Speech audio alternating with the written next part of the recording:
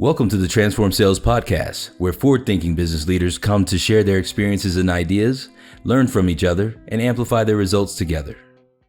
Hey guys, Amir Reiter here at the Transform Sales Podcast. I got my guest, David Kreiger. David is the CEO of SalesRoads, a sales agency that's been around for 15 years. 15 years. Yeah, we just turned 15 this year, so big birthday.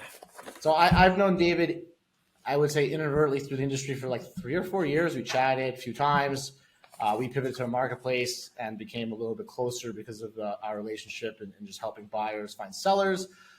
David, how did you get into outsourced sales? What's that journey? I mean, a lot of people these days, outsource sales, lead generation, kind of moving industry. 15 years ago, you got into it. What did that look like? What brought you to this, the battleground of outsourced sales providers? Yeah, so in a previous life, I worked at an internet startup and was an early employee there. And they were working for the VP of sales, doing a lot of different things. And we realized we needed a inbound call center and an inside sales team. And so I was, 22 at the time. He said, go build it. So I was like, sure, I'll go build it. And I really just loved the inside sales part of it. And even though we had outside salespeople all around the world, the inside sales team grew to be the largest quota contributor.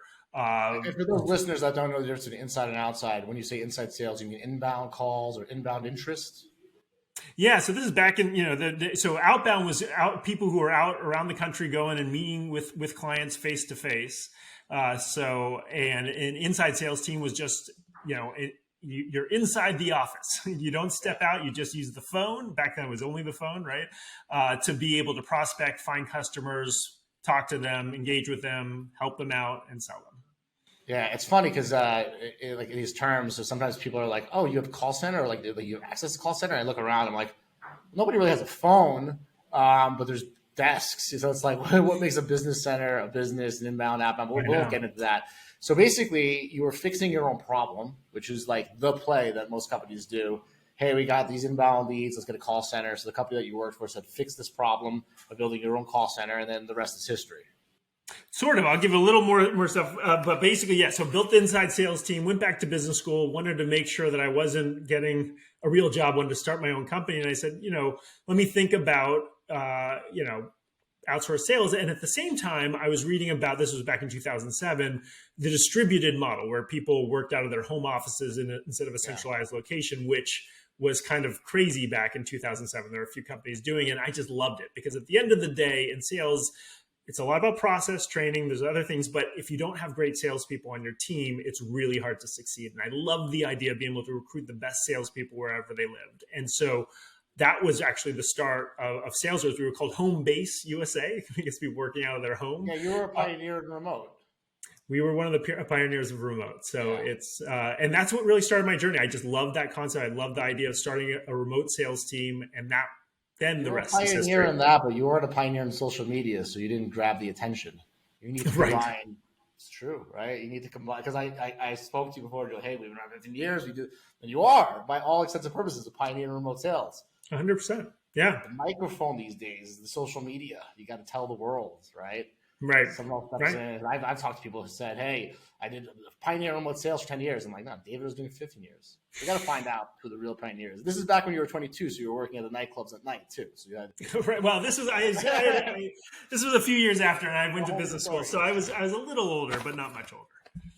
That makes sense. So one of our biggest, the reason why we love working with you guys is your experience.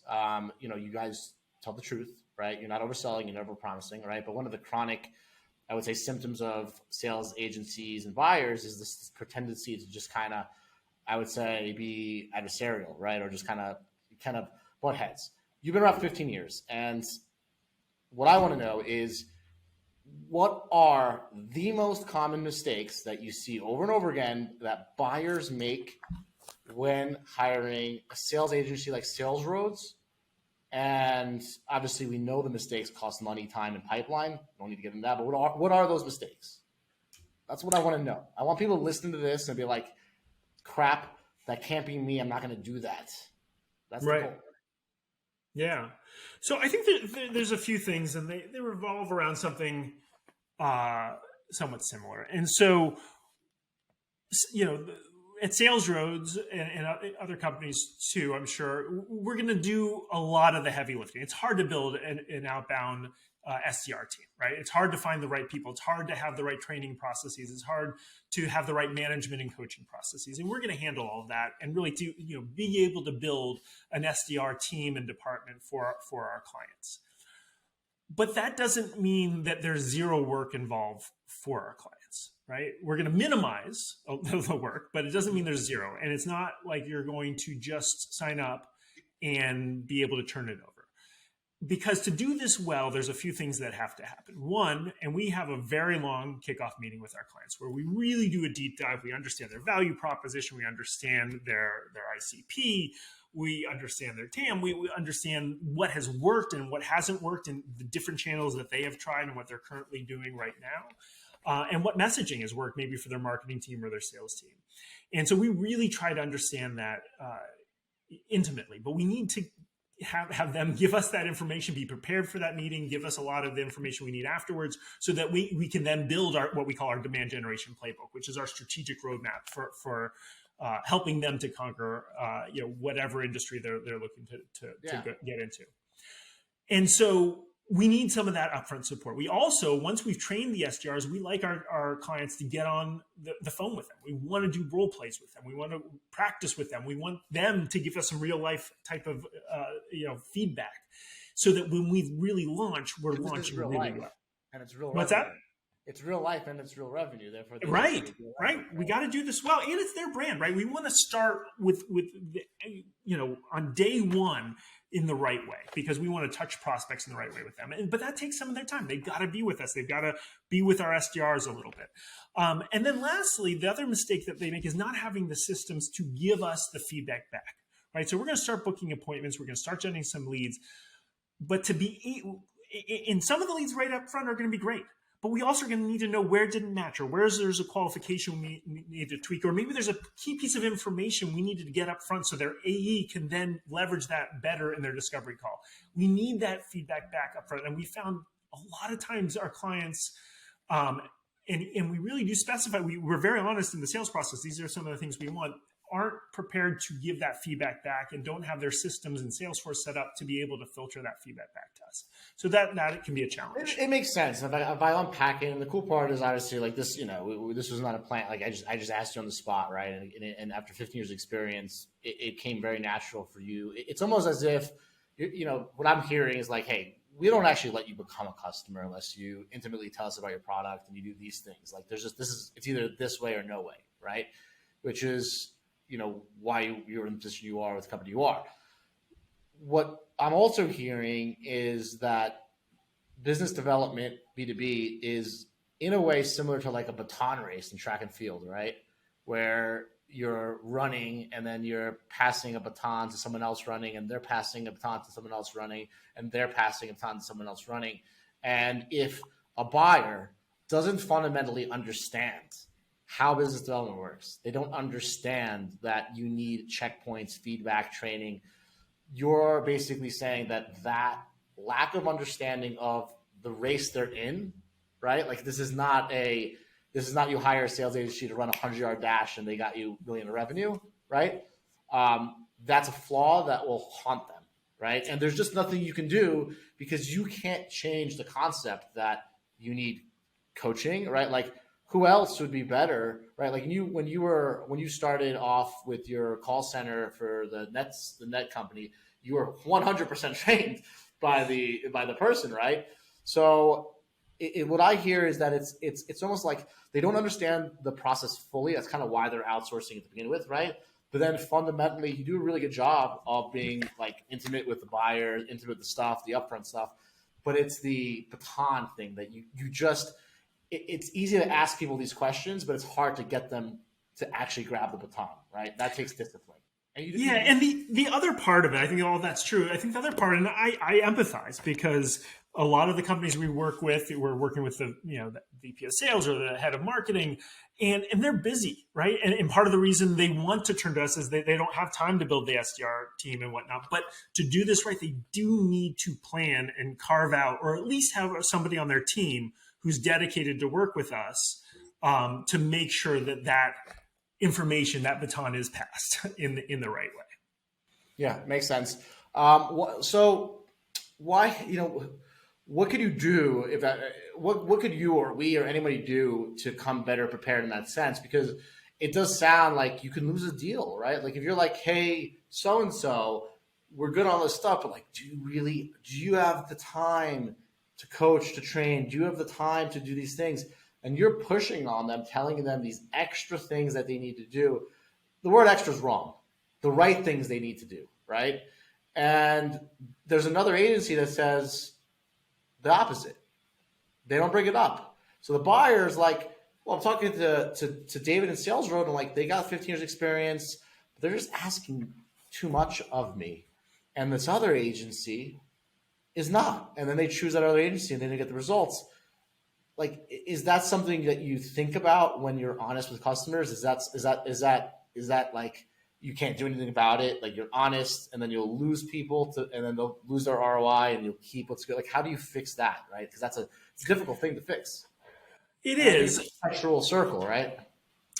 Yeah, it is. But what we found is when we only take on a handful every month, we only take on a handful of new clients, 2 or 3 tops usually, because of how much time we put into each one. And so really longevity of a program is key for us. And we want to make sure that we are taking on the right clients for us and that we're the right fit for them. And there's ways that we talk to them and qualify both ways. And so I would much rather be upfront with them about the time they need and for them to understand that. Or if they feel they don't have the time and they want to take a risk on another or leverage a different set of processes with another company, I would rather lose that deal than not let them know what is expected of them, and then to get into it and either them be resentful because they didn't plan for it, or we can't build in the right way and not generate the results that they need to. But isn't it like a paradox? Where it's a paradox in the sense that we live in a world where people want to be lied to more and more and more. They can't handle the truth. The truth is insulting, right? Honesty is not a character that is working in B2B. If you're honest, they'll go someone else who's not, because they'll get a new job. There's 3% unemployment. Those are all great morals and ethics, but isn't it in a way almost hurting SalesRoads, which is a great company and deserves to be profitable, and the clients? Because like you're holding strong to your values, and that's awesome.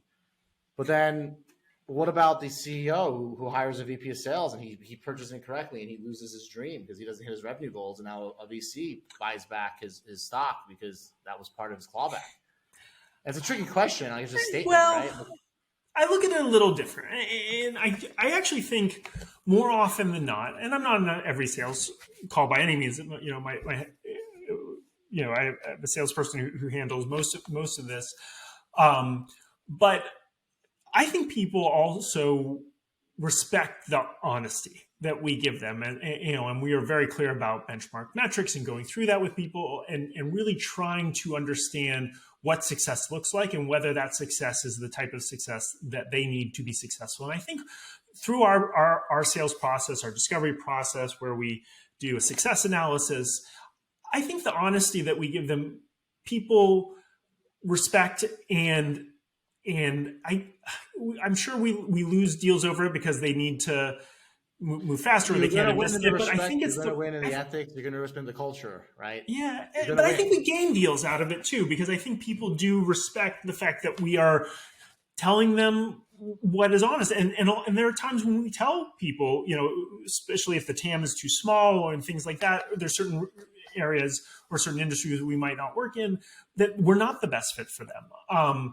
And I think people more often than not will respect it if we explain why. If we just say, listen, this is not, this is the way it is, and we don't explain, I think that they respect it.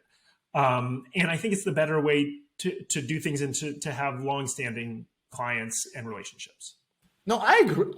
I agree with all those things you said. I'm like, I do. No, I know. It's just like, I know it's almost my job as a marketplace to fundamentally fill those gaps, to help educate people where it's not like you versus me, right? Because that's the problem, where it's like people, it hurts their feelings. You know what I mean? Right.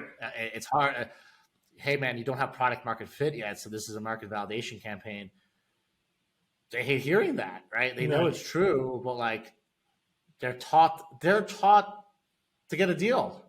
I want to hire an outsourced agency to fix a problem because I couldn't do it on my own. I want an ROI in 6 months on a 9-month sales cycle. I'm only going to do a 3-month contract and try to fire you in 4 months, right? Like, so I feel your pain. Let's keep on going with other problems that they make. So basically, just not understanding the real process, what's involved, the time commitment, and then what else stands out at you at 50 years of the mistakes that people make that they can avoid, easy mistakes, because it's obviously a real issue to choose how to buy from somebody who's ethically honest, right? That's up to them. What else are they doing? Yeah, I think also is making sure you also have a process. We're going to handle the process on the front end, but also making sure if you're going to invest in a service like ours that you do have a good process for your AEs, with your discovery calls, with your demos, and you understand and have trained them accordingly, because it is a baton, it is a relay race, like you said. And so I think you want to make sure before investing in a service like ours that if, for instance, you're not hitting your sales goals and that's why you're looking to generate more leads, that the leads and the calls that your team is having are being handled in the right way and you're maximizing your close ratio. And so I would really make sure that companies have that part in order and have a good process around that before they put fuel on the fire and start generating lots of appointments and don't have that process in place. Yeah, which is going to happen, right? Which makes sense. It makes tons of sense, and we see that all the time. So essentially, do you ever have buyers that you say focus on price as being like one of the things? Is that ever something you catch where like they just price, and like that's all they care about? Yeah. We definitely do, and there are definitely companies that are price conscious, and some have a limited budget, and that is what it is, and they're going to need to figure it out. And our service might not accommodate for that budget. So absolutely, people will look at budget and sometimes compare two companies based upon budget. And what we try to do is just make sure it is apples with apples, right? And that we're providing and we show everything that we are providing and bringing to the table versus what you might be getting with a much lower priced product, which could be more of a cookie cutter type of program than what we provide, which is really customized. What percentage of buyers have a go-to-market plan and an ROI model before they engage you? Very few, and we try to help them with that with the sales process, right? Well, politically correct stuff, right? What percentage? Talking 1%, 15, 20? I'd say maybe 25%. I'd say so. 25% come with a go-to-market plan and an ROI calculator. Of the 25%, what do those companies look like? Are they software services? What's something that stands out consistently with like, who are the right buyers? Because that's almost, who are the right buyers who have that type of plan in place? I thought the rule, it's the 80-20 rule, right? 80% of your revenue comes from 20% of your customers, right? You just said 25% come with the go-to-market ROI plan. It's probably where your 80% of your revenue comes from. Who are they? So some of those folks who I would say that's an interesting question. Let me try to bucket it. I haven't looked at it in that way. But here's what I would say is that usually they have a really great CRO or CMO or VP of sales. And it can run across industries, right? We work with SaaS, we work in manufacturing, we work industrial tech, and it really is leader dependent, right? What is in this context? Let's define great. Let's define great. Great, a great CRO, is that like a nice guy or like what is? I see what you're saying.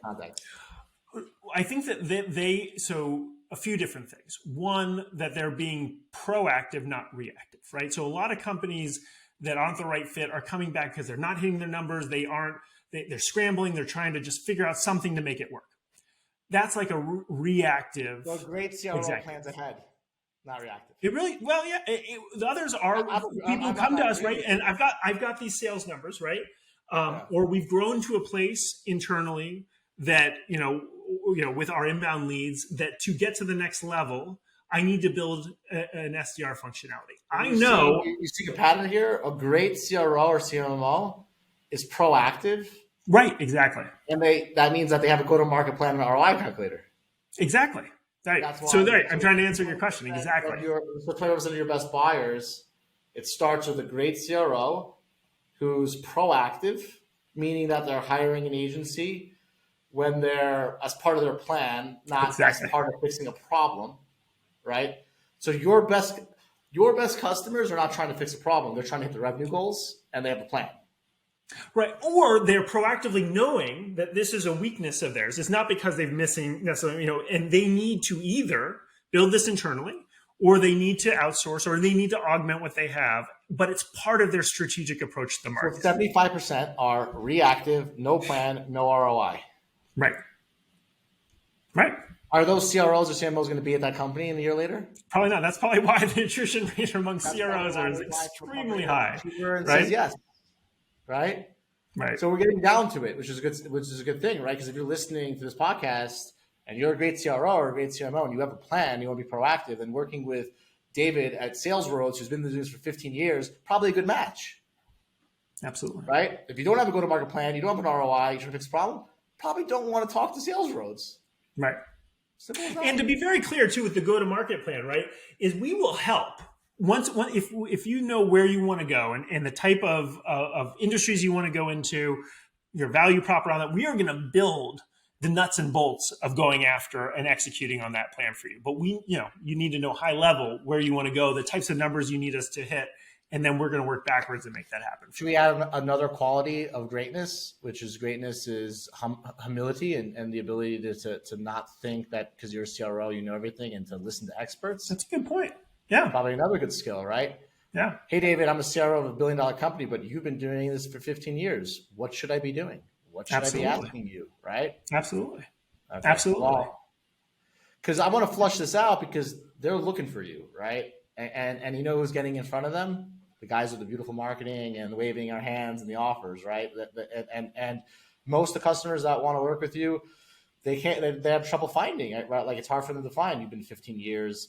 You take value and not over-promising. You do the whole thing, right? Like I make introductions to you with people who match these kind of qualities, right? Like that's kind of what I look for when I say, hey, SalesRoads is the right fit for your ROI goal. Where do you think this industry is going? Yeah, it's a great question.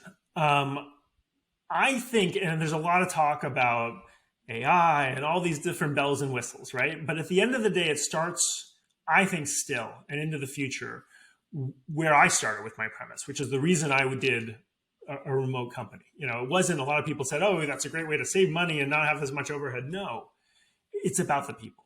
And it's about finding really smart, ambitious people who love the puzzle of sales development and being able to find the right people, talk to the right people, engage with the right people, solve their problems. And so I still think with all the bells and whistles around the industry and the different technology, it still is fundamentally about the people. And so what I would say is where the industry is going is just continuing to invest heavily in training and building up the people within each organization. And, also realizing that there's been a lot written about this is that, there is which I think is good, a division between SDRs and AEs. But SDRs are sometimes the stepchild and you get promoted to be an AE, right? I think people are realizing more and more that this is a hard job, right? And it creates you really need an amazing skill set, an amazing talent set. And it's not just a stepping stone. It is a career. And to be really, really good at it. Right? Like an AE is like customer support, like answering questions. Right. So we love the challenge of the SDR process. No, and I think that's great, and I'm grateful for agencies like yours that are staying true to the honesty and making a better name for us. Dude, this has been awesome, Dave. I'm a big fan of what you guys are doing. I'm a big fan of the work you guys are doing. Let's just say that a company that is run by great CROs and leaders that has a plan, not looking for a last-second backup plan, and understands what's going on and meets all these criteria. Where can they find you? How can they contact you? Where are you these days besides beautiful, sunny Florida? Yeah. So we're on. You can find us at salesroads.com. I'm on LinkedIn. I'm very active on LinkedIn. So just David Kreiger, or our SalesRoads channel on LinkedIn. You can just find us there. Reach out with any questions. I got you on WhatsApp, didn't I? I got David on WhatsApp. I know you're trying to convert me. Not quite there yet. You want his cell phone number? I'll tell you. Right. You've been converted. You're on WhatsApp already. But yes, I know, because it's the only way to talk to you. Well, we're gonna make it worth your while, David. Now more people are gonna reach out to you. I'm gonna share your link with every great CRO that's out there. Just we appreciate it. Thank you, Amir. Great to be on. No, dude, it's been a pleasure. We're gonna have you back on, and let's just make sure that some of these criteria that you discussed just become the normal, right? And it's okay to say, hey, I need help, and have a title as a CRO. It's okay to not be the best. It's okay to not blame everybody. It's okay to work as a team, right? That's really it. Right. And keep the passion going. And motivates me and see what you guys are doing. And that's it, guys. I appreciate you listening to the Transform Sales podcast with David Kreiger from SalesRoads. David, thanks, Amir. Thanks so much. Appreciate it. Bye.